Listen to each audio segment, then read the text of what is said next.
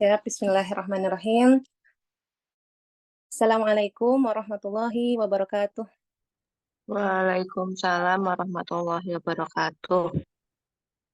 Alhamdulillah, alhamdulillahilladzi bini'matihi tatimmus sholihat. Segala puji bagi Allah yang atas nikmat-nikmat darinya semua kebaikan menjadi sempurna. Yang atas izinnya kita bisa berkumpul kembali di kajian subuh tumbuh berfitrah ini dalam keadaan yang insya Allah sehat walafiat. Amin ya Allah ya Rabbal Alamin.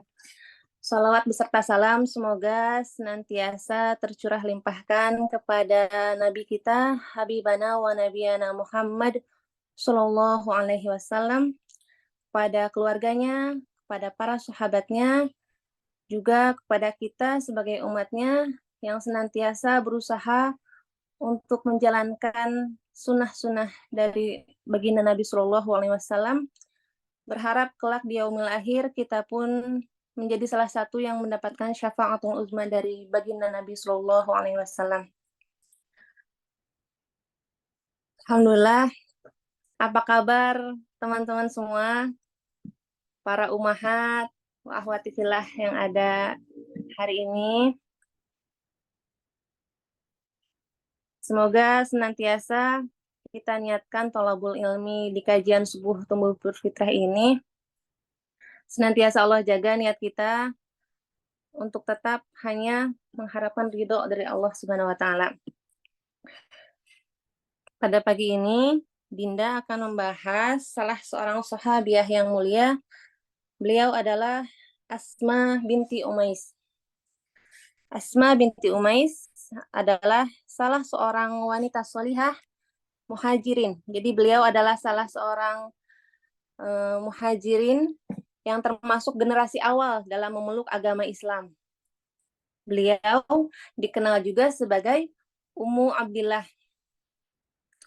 Nama dan nasabnya adalah Asma binti Umais bin Ma'bad bin Al-Haris bin Ta'im bin Ka'ab bin Malik bin Quhafah bin Amir bin Rabi'ah bin Amir bin Muawiyah bin Zaid bin Malik bin Bashar bin Wahabullah bin Syahran bin Afras bin Khalaf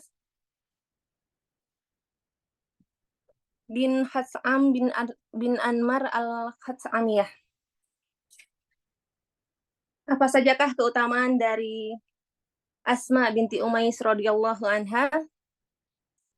Jadi beliau adalah salah satu wanita muslimah, wanita mukminah yang mendapat pengakuan dari Rasulullah Shallallahu Alaihi Wasallam dalam sabdanya, yaitu ada 4 wanita mukminah, wanita yang beriman, yaitu Maimunah yang merupakan istri dari baginda Nabi Shallallahu Alaihi Wasallam, Ummu Fadl, Salma yang merupakan istri dari Hamzah bin Abdul Muthalib, yaitu paman Rasulullah Shallallahu Alaihi Wasallam, dan yang terakhir adalah Asma. Jadi Asma ini merupakan salah satu dari 4 wanita mukminah yang diakui gitu oleh Rasulullah Shallallahu Alaihi Wasallam dalam sabdanya. Beliau juga merupakan salah seorang wanita yang pertama dalam memeluk Islam. Ia dan suaminya Ja'far bin Abu Thalib telah mengikrarkan syahadat bahkan sebelum Rasulullah Shallallahu Alaihi Wasallam berdakwah di Darul Arqam. Ia pun salah satu yang turut membaiat Rasulullah Shallallahu Alaihi Wasallam. Asma binti Umais ini juga merupakan wanita muhajirin pertama yang ikut hijrah 2 kali saat itu. Maka beliau juga mendapatkan gelar Zatu Hijrotain, yaitu pemilik 2 hijrah. Karena beliau di masa awal dakwah Islam, karena saat itu ada banyak sekali tekanan dari kaum kafir Quraisy, beliau merupakan salah satu yang mentaati perintah Allah dan Rasulnya untuk hijrah ke Habasyah. Lalu dan beliau juga ikut hijrah ke Madinah saat itu. Asma binti Umais memiliki hubungan yang dekat dengan keluarga Rasulullah Shallallahu Alaihi Wasallam. Ia adalah pembantu, juga sahabat dari putri Rasulullah Shallallahu Alaihi Wasallam, yaitu Fatimah radhiyallahu anha. Beliau juga saudara beda ayah dari istri Rasulullah yang bernama Maimunah binti Al-Haris. Atas wasiat dari Sayyidah Fatimah, Asma jugalah yang memandikan dan mengkafani jenazah mulia dari putri baginda Nabi Shallallahu Alaihi Wasallam ini. Selanjutnya, beliau juga merupakan pendamping hidup dari 3 lelaki ahli surga. Siapa sajakah lelaki yang beruntung menikah dengan Asma binti Umais? Beliau adalah Ja'far bin Abi Thalib yang merupakan sepupu dari baginda Nabi Shallallahu Alaihi Wasallam. Kemudian sahabat Rasulullah Abu Bakar Asy-Siddiq, dan yang terakhir adalah Ali bin Abi Thalib yang merupakan adik dari Ja'far bin Abi Thalib. Beliau adalah satu-satunya muslimah yang menjadi ibu negara atau istri khalifah sebanyak 2 kali. Asma binti Umais adalah wanita solihah di balik suksesnya Khalifah Abu Bakar Asy-Siddiq dan Khalifah Ali bin Abi Thalib dalam memimpin umat pada masanya. Beliau juga merupakan salah seorang perawi hadis. Di antara hadis-hadis yang diriwayatkan oleh Asma binti Umais adalah yang pertama, Asma binti Umais berkata, "Sungguh Fatimah binti Abu Hubaisy mengalami istihadah sejak hari demikian hingga demikian." Maka Rasulullah berkata, "Subhanallah, itu adalah dari setan. Hendaklah dia duduk dalam suatu bejana air. Jika dia melihat ada warna kekuningan di atas permukaan air itu, berarti darah istihadah. Maka hendaklah ia mandi sekali saat hendak sholat zuhur dan asar, dan mandi sekali lagi saat hendak sholat maghrib dan isya, dan mandi sekali lagi saat hendak sholat subuh, dan berwudu di antara waktu-waktu tersebut." Hadis riwayat Abu Daud nomor 296. Di hadis ini menerangkan tentang bersuci ya, toharoh, fikih toharoh. Selanjutnya lagi, salah satu hadis yang diriwayatkan oleh Asma binti Umais. Asma binti Umais ini saat itu ketika beliau menjadi istri dari Khalifah Abu Bakar, waktu sebelum Abu Bakar menjadi khalifah ya ini. Jadi beliau ini melahirkan putranya yang bernama Muhammad bin Abu Bakar di sebuah tempat yang bernama Baida. Lalu Abu Bakar menyampaikan hal itu kepada Rasulullah Shallallahu Alaihi Wasallam. Kan kalau melahirkan pasti ada nifas ya, teman-teman. Jadi Abu Bakar ini langsung minta wahyu dari Rasulullah apa yang harus dilakukan untuk istrinya yang sedang menunaikan haji, tapi saat itu pula istrinya harus melahirkan anak dari mereka gitu. Nah, lalu Rasulullah menanggapi, suruh Asma ini untuk mandi, kemudian mulailah bertalbiyah. Ini adalah hadis riwayat Ahmad nomor 2784. Jadi kelahiran Muhammad bin Abu Bakar ini terjadi saat Asma menunaikan ibadah haji wada bersama Rasulullah Shallallahu Alaihi Wasallam. Sehingga saat haji itu Asma mengalami nifas dan suaminya Abu Bakar pun meminta solusi hukum langsung dari wahyu kepada baginda Nabi Shallallahu Alaihi Wasallam. Asma binti Umais pernah berkata juga, Rasulullah berkata padaku, "Maukah engkau kuajarkan satu kalimat yang kau ucapkan saat musibah menimpa? Itu Allah, Allah Rabbi la usyriku bihi syai'an. Allah, Allah Rabbku. Aku tidak menyekutukannya dengan sesuatu apapun." Sahih Abu Daud nomor 1525. Jadi ini adalah salah satu amalan zikir yang Rasulullah pernah ajarkan kepada Asma binti Umais. Selanjutnya, kisah pernikahan Asma binti Umais. Jadi teman-teman, Asma binti Umais ini menikah dan hijrah dengan suaminya Ja'far bin Abi Thalib yang merupakan sepupu dari baginda Nabi Shallallahu Alaihi Wasallam. Dan saat itu beliau dengan sebagian kaum muslimin yang Rasulullah perintahkan untuk hijrah ke Habasyah, eh, beliau saat itu merasakan sekali gitu ya pahit getirnya sebagai seorang yang harus hijrah gitu. Pahit getirnya kehidupan mereka ketika mendapatkan banyak tekanan dari kaum kafir Quraisy dan mereka pun harus hijrah gitu, harus pindah dari kota tempat kelahiran mereka ke sebuah negeri yang mereka pun belum tahu gitu di sana apakah mereka akan mendapatkan kenyamanan ataupun akan mendapatkan apa namanya kezoliman yang lebih dari itu gitu. Tapi atas dasar ketaatannya kepada Allah dan Rasulnya, mereka pun melaksanakan hijrah ke Habasyah dengan menggunakan sebuah perahu ya teman-teman.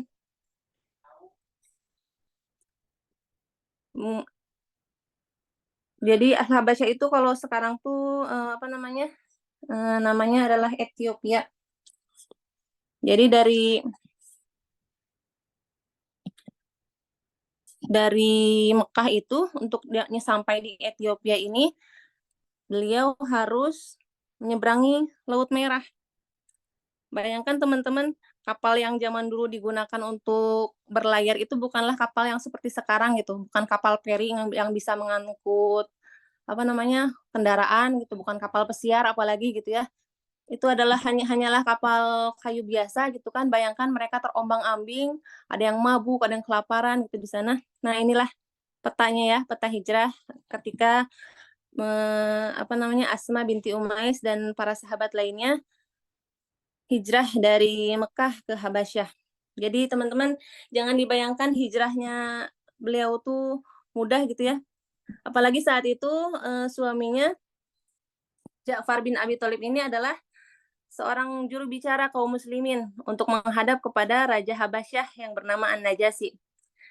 Saat itu sekitar 10 tahun Asma dan suaminya menetap di Habasyah.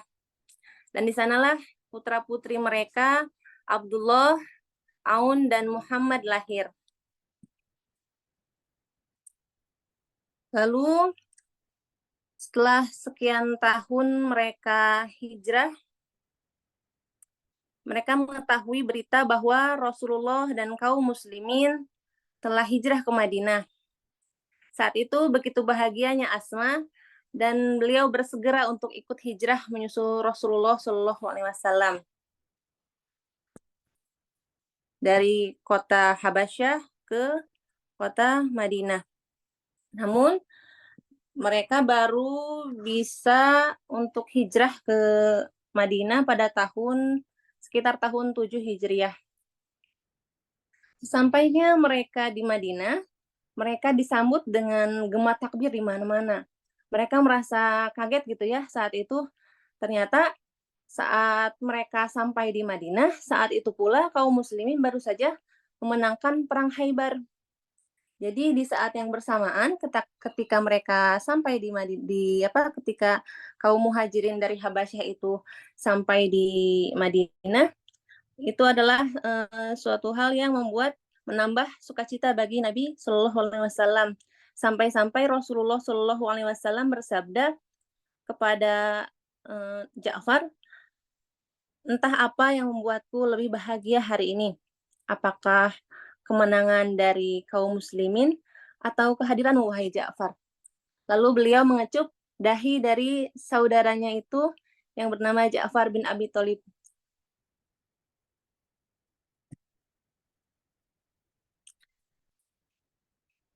Setelah mereka sudah bersama-sama lagi dengan Rasulullah Shallallahu Alaihi Wasallam dan para sahabat lainnya di Madinah, Ja'far pun mendapat tugas menjadi salah satu dari 3 panglima yang ditugaskan Rasulullah Shallallahu Alaihi Wasallam dalam perang Mu'tah. Dan di sanalah suami dari Asma binti Umais ini syahid. Jadi Ja'far bin Abi Thalib ini merupakan salah seorang sahabat yang dikenal sebagai sahabat yang memiliki 2 sayap di surga kelak. Karena ketika beliau berperang melawan musuh di perang Mu'tah itu, beliau saking dengan keteguhannya gitu, dengan totalitasnya, beliau sampai kedua tangannya itu terputus gitu. Dan langsung saat itu Allah berfirman menggantikan kedua tangannya dengan dua buah sayap yang dia gunakan untuk terbang bersama malaikat Jibril. Ya Allah. Saat itu kesedihan tentunya menyeliputi keluarga Asma. Namun tak lama setelah kepergian suaminya yang merupakan sahabat dan saudara dari Rasulullah yang mulia, Ja'far bin Abi Thalib, meninggal, dan beliau pun di dalam kesendiriannya beliau akhirnya dilamar oleh salah seorang sahabat Rasulullah juga yang mulia, yaitu Abu Bakar Asy-Siddiq. Dan dalam suatu riwayat diterangkan bahwa Abu Bakar As-Siddiq ini juga yang adalah orang yang memperkenalkan atau mengajak Asma binti Umais dan Ja'far saat awal-awal dakwah Rasulullah untuk memeluk Islam. Jadi wasilah keislaman Ja'far dan Asma ini adalah salah satunya dari ajakan Abu Bakar Asy-Siddiq. Tentunya pernikahan ini terjadi setelah Ummi Ruman, yaitu ibu dari Aisyah radhiyallahu anha yang merupakan istri dari Rasulullah Shallallahu alaihi wasallam, meninggal dunia. Setelah sekian lama melangsungkan pernikahan yang penuh dengan keberkahan, Allah mengaruniakan kepada mereka berdua seorang anak laki-laki, yaitu Muhammad bin Abu Bakar Asy-Siddiq. Banyak peristiwa penting yang Asma lalui dan saksikan ketika beliau menikah dengan Abu Bakar Asy-Siddiq yang merupakan sahabat dekat dari Rasulullah Shallallahu alaihi wasallam.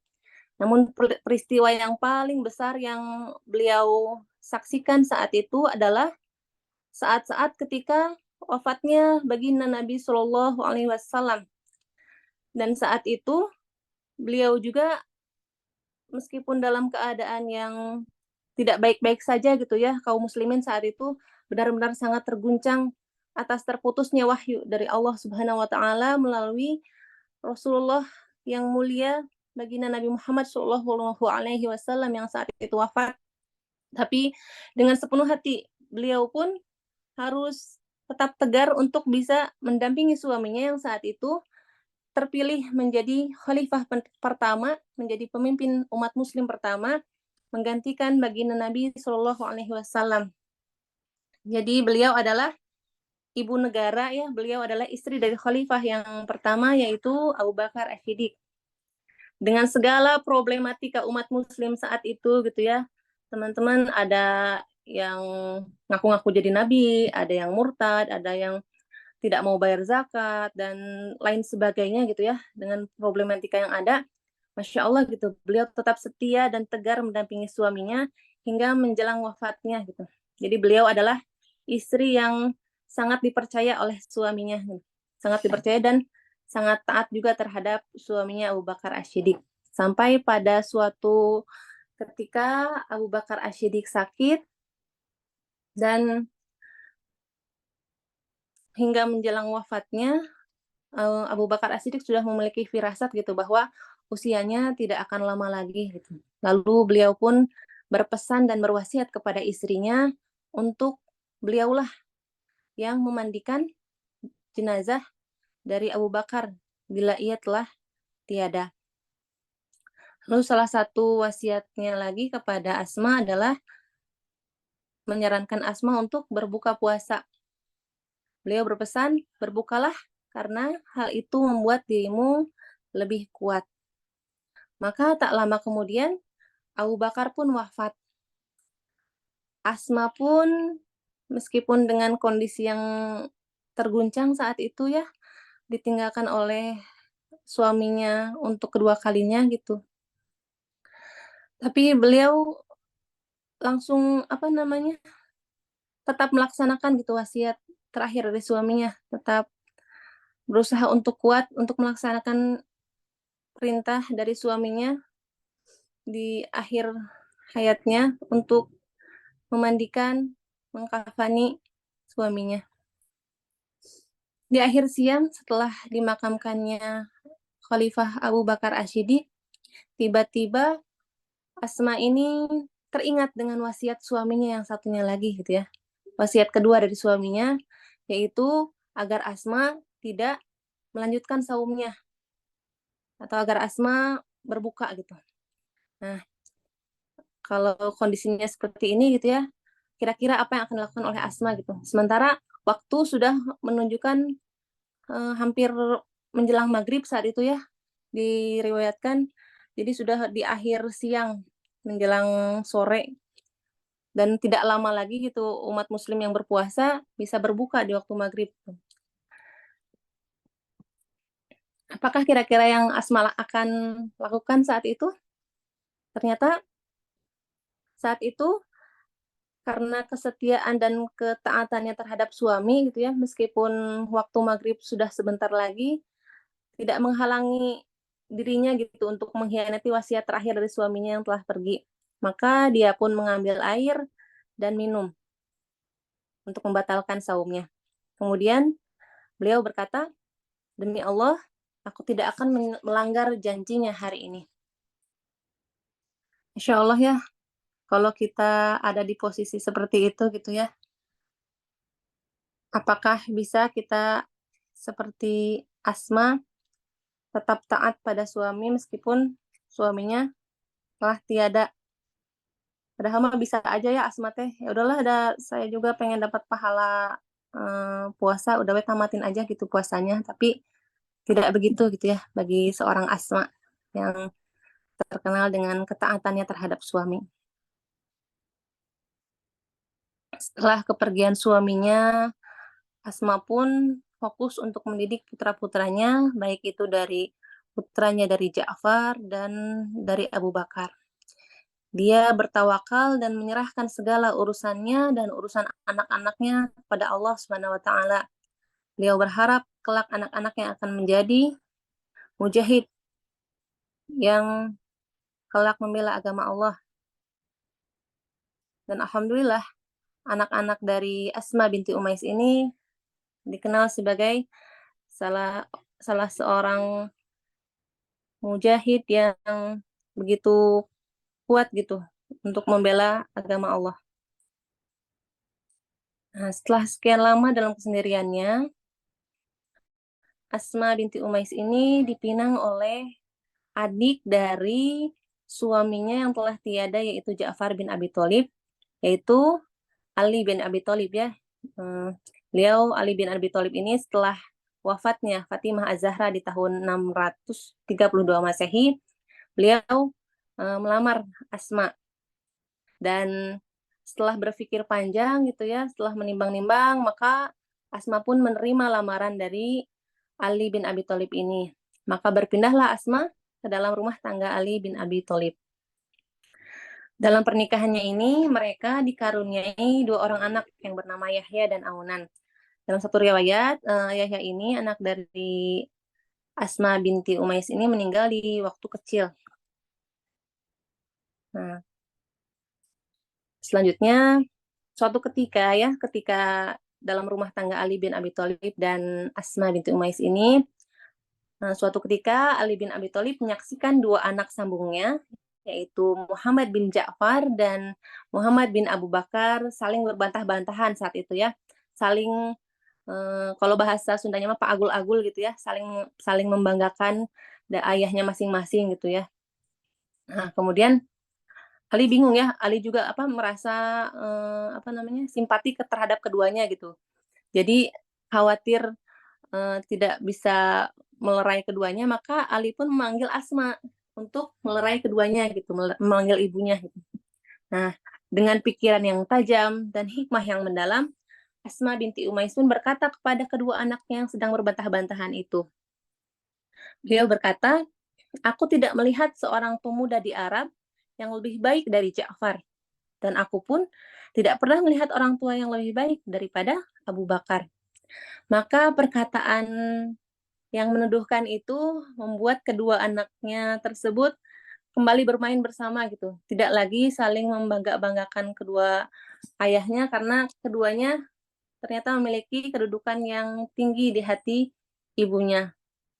Insya Allah ya teman-teman, kita ini kalau misalnya ada anak bertengkar, apakah bisa seperti Asma gitu ya, bisa tetap mengeluarkan kata-kata yang bijak dan tidak terbawa emosi. Masya Allah ya. Nah, setelah berakhirnya kekhalifahan Umar bin Khattab dan kekhalifahan Utsman bin Affan, akhirnya kaum muslimin memilih Ali bin Abi Thalib sebagai khalifah pengganti, khalifah yang keempat, menggantikan Utsman bin Affan yang saat itu terbunuh oleh para pemberontak pada saat itu. Jadilah Asma kembali menjadi ibu negara, kembali menjadi istri dari seorang khalifah yang saat ini adalah Khulafaur Rasyidin ya, khalifah yang keempat. Insyaallah semoga Allah mengaruniakan keberkahan dan meridhoi mereka semua. Yang terakhir, tentang wafatnya Asma binti Umais. Dari Ibnu Katsir Dimaski, sejarawan abad ke-8 Hijriah mengatakan bahwa tahun wafatnya Asma binti Umais adalah pada tahun 38 Hijriah. Tapi ada juga yang berpendapat bahwa tahun kewafatannya adalah setelah wafatnya Khalifah Ali bin Abi Thalib, yaitu sekitar setelah tahun 60 Hijriah. Wallahu a'lam bishawab. Sekian mungkin yang bisa Dinda sampaikan. Jazakumullah khairan katsiroh. Mangga teman-teman bila ada yang mau menambahkan.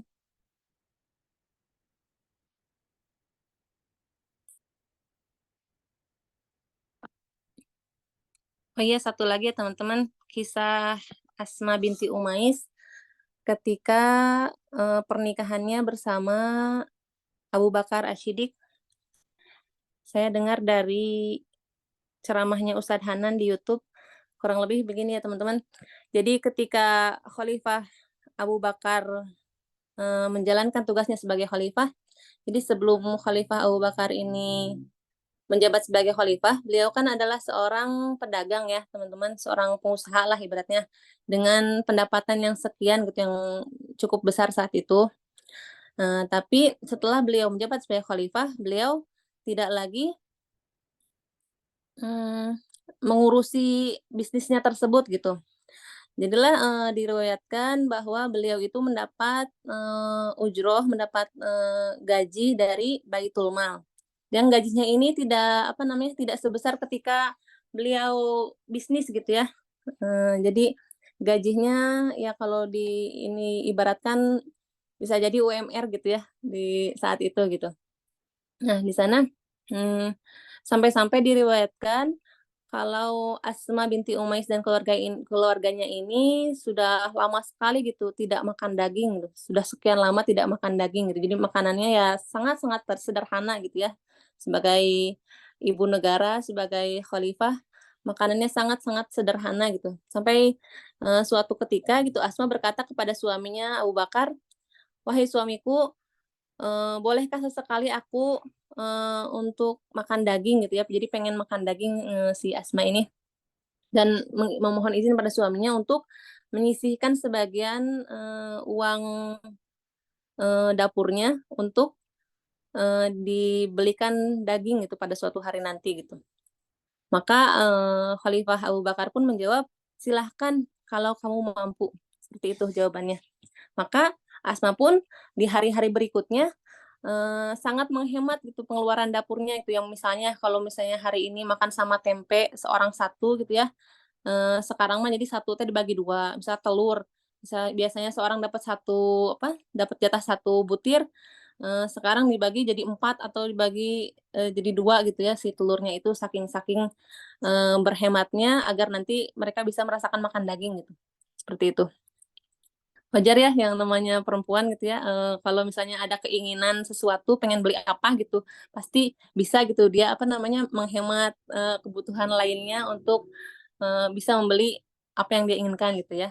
Nah, suatu ketika terkumpullah uang itu gitu ya, yang cukup, untuk membeli, 1 kilo daging, perumpamaannya gitu ya, apa namanya, membeli daging gitu ya cukup. Nah, lalu laporan lagi nih, apa namanya, Asma binti Umais ini kepada suaminya, "Ya suamiku, aku telah berhasil berhemat dan bisa mengumpulkan uang untuk membeli daging," gitu. Kemudian, mmm, suaminya kemudian berkata, "Alhamdulillah, ternyata pengeluaran kita lebih ternyata gaji yang diberikan dari Baitul Mal lebih besar dari apa yang jadi kebutuhan kita," gitu, kata Abu Bakar teh. Lalu Abu Bakar, mengatakan kepada Asma, "Bolehkah, uang yang telah kamu kumpulkan ini" terus jadi ketika Asma binti Umais ini selesai mengumpulkan, apa namanya, menyisihkan sebagian uang dapurnya untuk membeli daging, beliau laporan kepada suaminya, yaitu Abu Bakar As-Siddiq. "Ya suamiku, aku telah berhasil, mengumpulkan sejumlah uang untuk kita belikan daging. Bolehkah aku membelikan daging itu sekarang?" gitu ya, kata beliau. Terus, suaminya berkata gitu, "Alhamdulillah, ternyata uang yang diberikan dari Baitul Mal ini lebih besar dari kebutuhan yang kita penuhi kebutuhan yang kita butuhkan," gitu. "Maka bolehkah, aku mengembalikan, uang kelebihan uang ini ke Baitul Mal," gitu. Insya Allah ya udah capek-capek ngumpulin gitu ya, pengen beli daging, tapi sama suaminya disuruh untuk menyedekahkannya kembali gitu ke Baitul Mal gitu. Gimana ya perasaan Asma saat itu gitu ya, asa huk gitu kalau kita mah ya, merasa, gimana gitu ya, pasti ada rasa ini, ada rasa, kecewanya saat itu ya. Tapi Masya Allah dengan kesolihahannya Asma binti Umais ini, beliau sami'na wa ata'na terhadap suami gitu. Beliau mendengar perintah suami dan beliau langsung mentaatinya gitu. "Baiklah ya khalifah, aku akan menyedekahkan uang ini ke Baitul Mal." Dan setelah saat itu, gaji yang diterima oleh Abu Bakar As-Siddiq adalah sejumlah dengan, apa namanya, dengan uang yang berhasil dia sisihkan gitu. Jadi berkurang gitu gajinya tuh karena, merasa dengan uang segitu aja udah cukup gitu. Masya Allah ya, benar-benar beliau itu sangat menjaga gitu ya, beliau apa, Khalifah Abu Bakar As-Siddiq ini benar-benar sangat menjaga, apa namanya, kebutuhannya gitu. Tidak berlebih-lebihan, Masya Allah.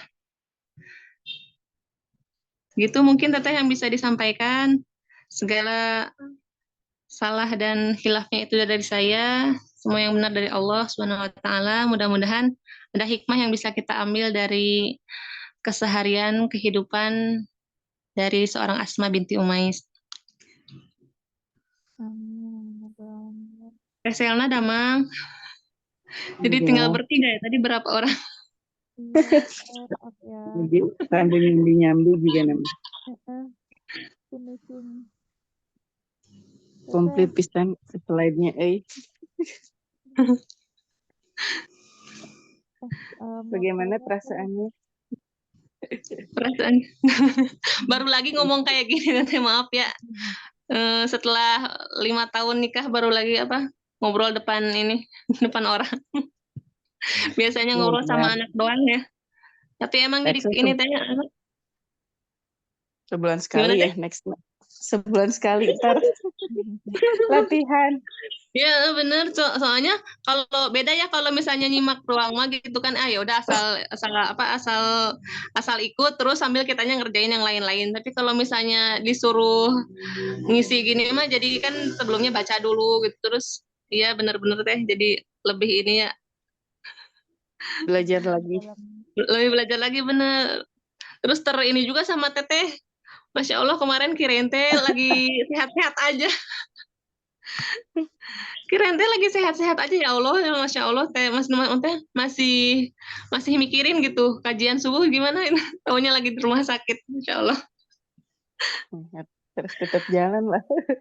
Udah libur 2 minggu soalnya kemarin kan. Iya bener. Ntar aku ajakin lagi teman-teman yang lainnya ya. Biar pada ini. Anak ini. Hitung-hitung Sausan gimana, latihannya biar. sehat Sausan? Alhamdulillah sehat teh. Bagaimana biduk rumah tangga seminggu? Iya, 2 minggu. Udah berapa 2 minggu minggu ya berarti? teh. 2 2 minggu minggu ya ya? teh. 2 minggu, Masya Allah. Selamat ya Teh Sausan. kasih teh. Alhamdulillah. Iya, Seru teh, seru. seru-seruin. Udah LDR atau masih di sini suaminya? Nanti malam baru berangkat. Jadi baru Oh Masya ya Allah. kabar Allah, nanti. nanti malam Iya. berbusa. Mana teh jauh teh? Suaminya di mana ini? Iya, mau berangkat. Nyusul lagi kapan? Mm-mm. Mau ke Jepang. Insya Allah aku Masya nyusul Allah. Januari. Wah, jadi orang Jepang Teteh. Oktober, November, Desember. Berarti 2 bulanan ya 2 LDR ya. bulanan. Nanti Januari nyusul ya. Iya teh, Insya Allah. Ya Allah. Iya. Adik aku berangkat Februari ke Jepangnya teh. Wah, Egin Siapa teh? Februari. Egin. Egin Masya Allah. Sekolah lagi. Pertukaran ini. kerja, Pelajar. Kerja. Oh, kerja, kerja. Perasaan teh masih kuliah. Perasaan teh masih kuliah ya. Udah kerja. Insya Allah. Masya Allah. Selna sehat-sehat ya. Iya, cepet sembuh teh. Teh Dinda, aku mau tanya Ya. dikit teh. Oh, iya gimana teh? Iya, yang tadi, yang terakhir ya. Jadi bisa dibilang ketika bukan Umu Ruman. Berarti Asma ya. Ketika Asma binti Umais ini menyisihkan uangnya untuk membeli daging tersebut, namun ternyata Khalifah Abu Bakar meminta agar uang tersebut disedekahkan gitu karena di masjid membutuhkan sebagian tambahan gitu ya teh. Iya, karena berebut kemuliaan. Iya teh. iya gitu teh. Berebut kemuliaan kata Teh Selna. Ah, Jadi gimana teh? jauh. Iya. Itu Baitul Mal di Madinah berarti ya? Berarti kalau udah di Mekah kali ya teh ya? Kalau udah Khalifahan Umar Oh iya. Luar biasa men kita Wah, mah ya Allah capek-capek ngumpulkan. teh. Gondok. Bener ya, Masya Allah. Benar-benar ini apa namanya? Ya hati-hati dengan doa gitu ya kan kalau kita tuh suka pengen ngedoa apa kita ngedoa atau apa? Robana hablana min azwajina. Kalau kita doa pengen suami yang solih, anak-anak yang solih, berarti kita pun harus sesolehah itu gitu ya. Dan untuk apa namanya? Ya pasti gitu ya namanya keimanan itu pasti nggak ada yang nggak diuji gitu. Jadi jangan berharap kalau misalnya pengen suami yang tiga-tiganya ahli surga, kehidupan kita akan begitu-begitu saja gitu, akan let it flow begitu saja gitu. Apa namanya? Pasti banyak ujiannya gitu ya, dan harus siap. Ya benar banget. Pas Insya Allah berebut hidupnya kemuliaan. harus teruji. Nah, Teh Selna sampai tepar gitu, butuh istirahat itu teh ya. Kecapean teh, kenapa teh itu teh kemarin teh? Teh minggu kemarin teh tadi Tasik teh ya. Hari baru pulang hari apa? Minggu malam. Jumatnya langsung ke Jampang lagi kan. Jampang. Pulang minggu malam lagi. Ke Jampang. Gitu. Terus nggak tahu emang sekarang tubuhnya teh rada lemahnya teh. Kalau makan pedas sedikit langsung diare, iya, makan permen dikit langsung batuk kayak gitu. Jadi sudah berarti harus sinyal jompo itu. lah. Iya bener ya. Sinyal dari Allah itu teh kudu iya jaga makanan. Sehat. Diet. Udah jompo. Udah jompo. Bisa usahakan semoga ini ya. Semoga segera dapat amanah. omongan. Amin. Dapat amanah ya. Ke Jepangnya juga semoga cepat disegerakan. Biar nggak usah LDR. Perih LDR. Aku LDR seminggu sekali. LDM. Seminggu sekali, insya Allah. Jauh ini banyak. Oh, ini mah jauh nggak bisa deh. Nggak cukup ya Zoom. Nggak cukup. Tiketnya. Nggak bisa pakai Iya, kereta iya. nyusulnya. Bener, Masya Allah. Teh Dinda nuhun ya, pagi Ya, ini komplit sama-sama banget Teh. penjelasannya. Nanti Ya. minta slide-nya dikirimin ya buat diupload. Oh iya, siap-siap. Teh Sausan nanti Sama-sama mau Teh. diupload di Drive ya, nanti aku satuin Ya, siap biasa Teh. videonya ya. Ah, ah. Nuhun ya Teh Semangat Sausan, Teh, Teh siap dulu Dinda. ya. Sama-sama. Ya, Assalamualaikum. Masih juga Teh. Waalaikumsalam Waalaikumsalam warahmatullahi Dan keluar warahmatullahi ya. wabarakatuh. wabarakatuh. Ya, dadah. Dadah, Assalamualaikum.